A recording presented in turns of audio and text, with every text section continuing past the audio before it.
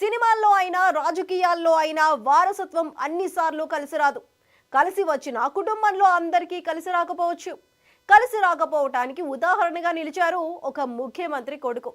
తండ్రి రాజ్యసభ, లోక్సభ ఎంపీగా, ఎమ్మెల్యేగా, ఎమ్మెల్సీగా, మంత్రిగా, ముఖ్యమంత్రిగా పనిచేసిన, తల్లి మంత్రిగా పనిచేసిన ఆయనకు ఆ రాజకీయ వారసత్వం మాత్రం దక్కలేదు. ఎమ్మెల్యేగా కూడా గెలవలేకపోయారు. ఇంతకీ ఎవరా దురదృష్టవంతుడు?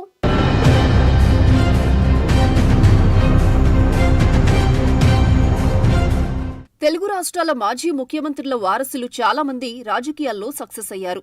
కోట్ల విజయభాస్కర్ రెడ్డి కొడుకు సూర్యప్రకాష్ రెడ్డి, కోడలు సుజాతమ్మ కాంగ్రెస్ను వదిలేసి టీడీపీలో చేరి కర్నూలు జిల్లాలో గట్టిగానే రాజకీయ వారసత్వం కొనసాగించారు.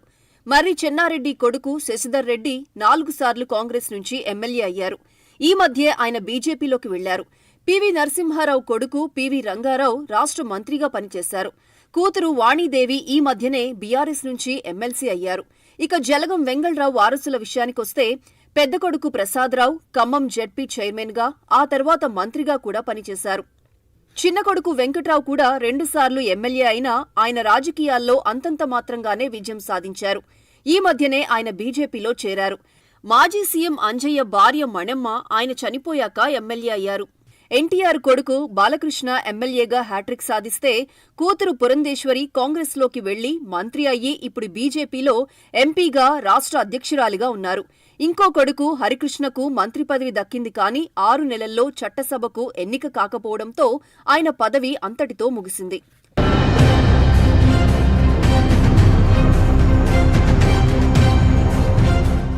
ఒక మాజీ ముఖ్యమంత్రి కొడుకు ముఖ్యమంత్రి కావటం కొత్త కాకపోయినా తెలుగు రాష్ట్రాల్లో మాత్రం ఇప్పటిదాకా ఒకే ఒక్క సందర్భం నమోదైంది. వైఎస్ రాజశేఖర రెడ్డి కొడుకు జగన్మోహన్ రెడ్డి ముఖ్యమంత్రి అయ్యారు. తండ్రి కొడుకులిద్దరూ ఏకకాలంలో చట్టసభల్లో ఉండటం, తండ్రి ముఖ్యమంత్రిగా ఉండగా కొడుకు మంత్రి కావటం చంద్రబాబు నాయుడు, కేసీఆర్ విషయాల్లో జరిగింది. చంద్రబాబు ముఖ్యమంత్రిగా ఉండగా ఒకసారి ఎమ్మెల్సీగా, ఇంకోసారి ఎమ్మెల్యేగా ఎన్నికైన లోకేష్ 2 సార్లు మంత్రి అయ్యారు. కేసీఆర్ కొడుకు కేటీఆర్ కూడా ఆయనతో పాటు చట్టసభకు ఎన్నికై ఆయన మంత్రివర్గంలో పనిచేశారు. కేసీఆర్ కూతురు కవిత ఒకసారి ఎంపీగా ఎన్నికై ఇప్పుడు ఎమ్మెల్సీగా ఉన్నారు.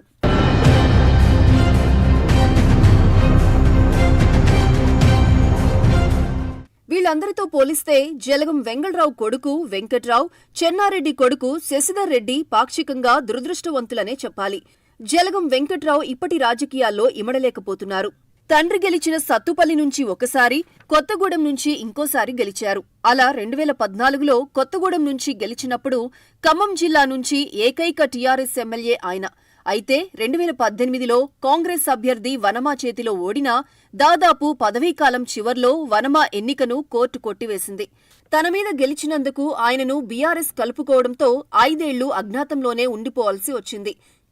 నిజానికి ఎమ్మెల్యేగా ఉన్నప్పుడు కూడా వెంకట్రావును గెస్ట్ ఎమ్మెల్యే అని పిలిచేంతగా చాలా తక్కువ సార్లు మాత్రమే నియోజకవర్గంలో కనబడి వెళ్లిపోయేవారని చెబుతారు.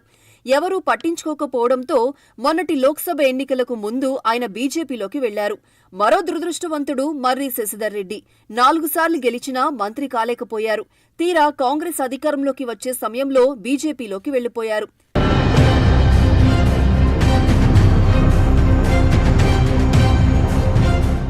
ముఖ్యమంత్రి కొడుకై ఉండి ఎమ్మెల్యేగా పోటీ చేసి ఓడిపోయింది మాత్రం నేదురుమల్లి రామ్ కుమార్ రెడ్డి మాత్రమే.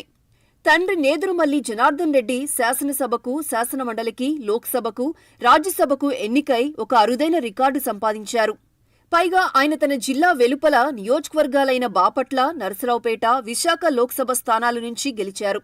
ఆయన భార్య రాజ్యలక్ష్మి వైఎస్ రాజశేఖర రెడ్డి హయాంలో మంత్రిగా పనిచేశారు. ఆ విధంగా తండ్రి ముఖ్యమంత్రిగా, తల్లి మంత్రిగా పనిచేసిన కొడుకు రామ్ కుమార్ రెడ్డి మాత్రం ఓడిపోయారు. తల్లి 2 సార్లు, తండ్రి ఒకసారి గెలిచిన వెంకటగిరిలో ఆయనకు ఓటమి తప్పలేదు. కాంగ్రెస్లో ఉంటూ మధ్యలో కొద్ది కాలం బీజేపీలోకి వెళ్లి ఆ తర్వాత వైసీపీలో చేరిన రామ్ కుమార్ రెడ్డికి పార్టీ పరంగా జిల్లా అధ్యక్ష బాధ్యతలు వచ్చాయే తప్ప ఎమ్మెల్యేగా మాత్రం గెలవలేకపోయారు.